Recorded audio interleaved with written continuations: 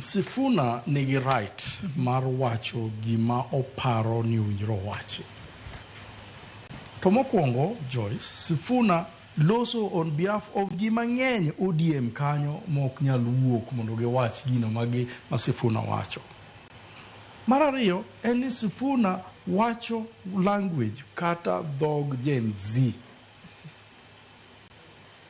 Diere mana Babu na Mwamba ni dwa gol, party emane dwa gola Babu na Mwamba. Negi gole, Gen Z ne onge,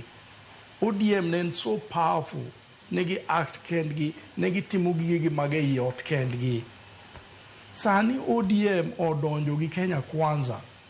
Gipogore diere chama ne giloso gige yot kendgi to giwacho ni ngani wagol wamanyo ng'ato mondo waket ka.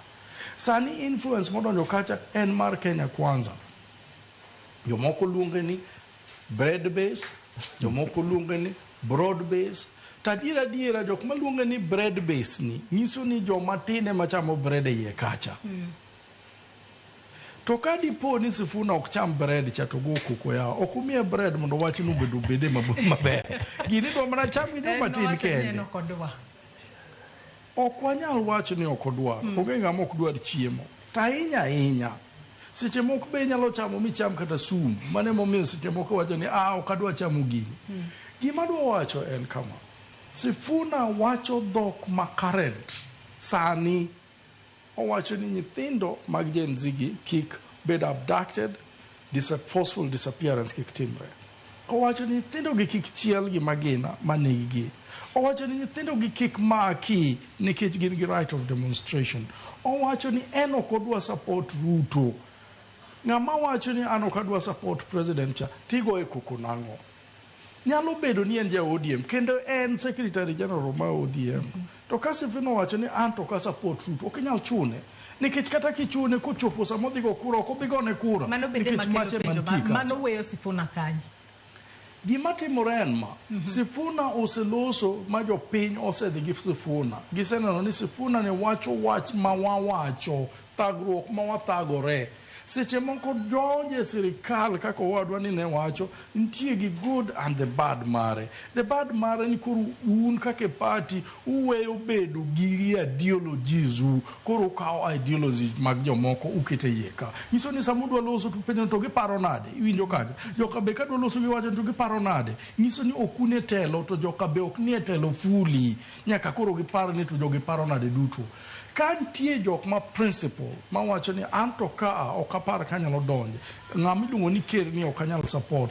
bedo ni seche moko ji chako goye nikech jok ma goye gi ok gigoye ni ok gidware gigo Sifuna nikech Sifuna wacho dwa ketho mkate moro mantie mesa kacha ma ji chamo cha idwa ketho gini chon nang'o to pod wachamo gino mera in ng'ama nade ok ibed piny mondo ichiem mos dhano denyo kata jo siasa mineno gi gidenyo gimbe giro mana chiemo e wach mar mkate mantie e mesa mondo gichiem mane momigo Sifuna ka ni Sifuna ni dwa ketho nwa gini chon tado mana wacho ni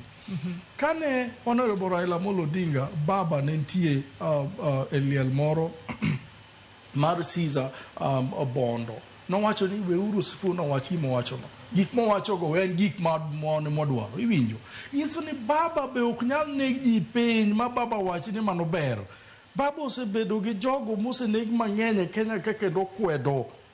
to ka Sifuna wacho mano kiki pani baba bro kwere ni kiki wach mano obro wacho ni dhi mbele nikech mano to ken gima wacho Sifuna wacho ni nitie gimiluongo ni NATCO report moko bedo implemented mano be gima baba dwaro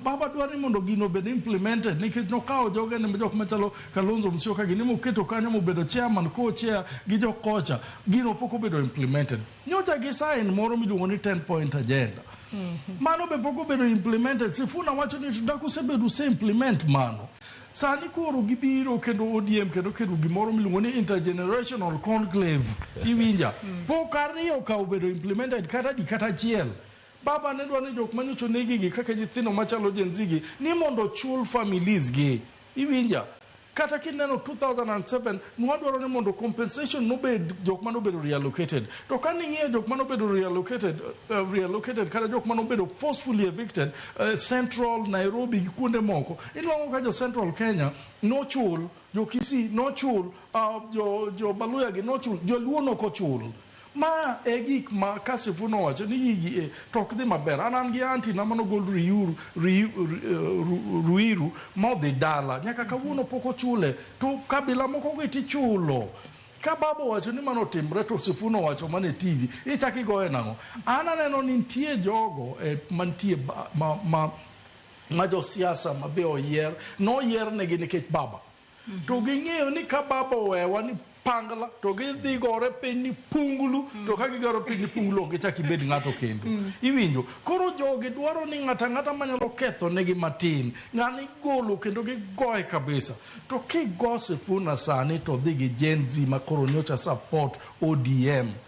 iwinja mantie ma support ODM ng'ama dhi support ODM nikech king'iyo jogo mantie ODM sani ok ginyal wacho ng'enygi ok nyal wacho pachgi nikech gin gi a broad base to ka in a broad base ka to mi chiemo matin tichamo ni ndak ok ilosi nyaka chieng' tho nikech kiloso ting'isi no wadwa kela ne gicha wamanya ne loan mantie cha ben gik mane mo itimo pile wamanya ne loan mantie cha wakete mondo wakete interest malo gik moko ma inyalo bedo frustrated mi rengi to ng'ani wacho ni ana onge pesa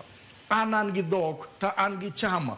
maduong' molo chama te miluongo ni ODM we alosi tinwang'o ka jogo matindo kata mantie ODM sani ineno Babu Owino gini ineno Amisi gini ineno jogo matindo to ko gin koni kende kata Kenya Kwanza kucha ineno Mohamed Ali bentie Mombasa kucho iwinjo Ndini Nyoro gini ineno ji matindo gi giwacho ni wambe wadwaro nafas wa moroka nafas movement mantie mar Gen Z ni ema dhi kelo third force ok gino mwaneno to gik ma Sifuna wacho duto gine gik ma jo Gen Z winjo ka igole Kenya moja makoro liekore ni nitie kose Kenya moja no to gidwa mana create anaparo ni en idea ma sirikal mondo bar ODM mane kaka pare mondo bar ODM unge Kenya moja magibiro go ka penjo bende ni baro ODM makelo ne sirikal ber mane Ado manangisi ni owen paro mar baro ODM mondo ODM obed weak ODM is now the strongest party in this country niwinjo kaka chagwa wacho to kata President William Somaya Ruto no neno ko recognize mo ka baba muketo kanyo ke baro ODM mi golo nyithino matindo gi magi wacho ni one Kenya Kwanza gi gini en system mar sirikal mondo keth ODM mondo keta riyo ta inya the third force in this country ok en Kenya Kwanza mi wacho no iwinja ok en Kenya One mi wacho no the third force en Gen Z esani engano manyalo wacho no ni wamiyo holiday nikech wadhi demonstration chieng' kama to wabro bedo dala kendo warito mae makoro rache chon ne mana Raila Amolo Odinga kende onge ng'ama nyalo miyo holiday ko ken sirikal mok Raila Amolo Odinga kende sani wan gi Gen Z makomiyo wan notice ni wabire town to kata town nilora wacho ni bwana ok nyal dhi town nikech kawuono weche richo kocha pok nwaneno ko otim mano e ndalo demonstration te noklor ga town pod ni we nafas matin to gima dwa mana wacho ni third force ni ema Sifuna gini loso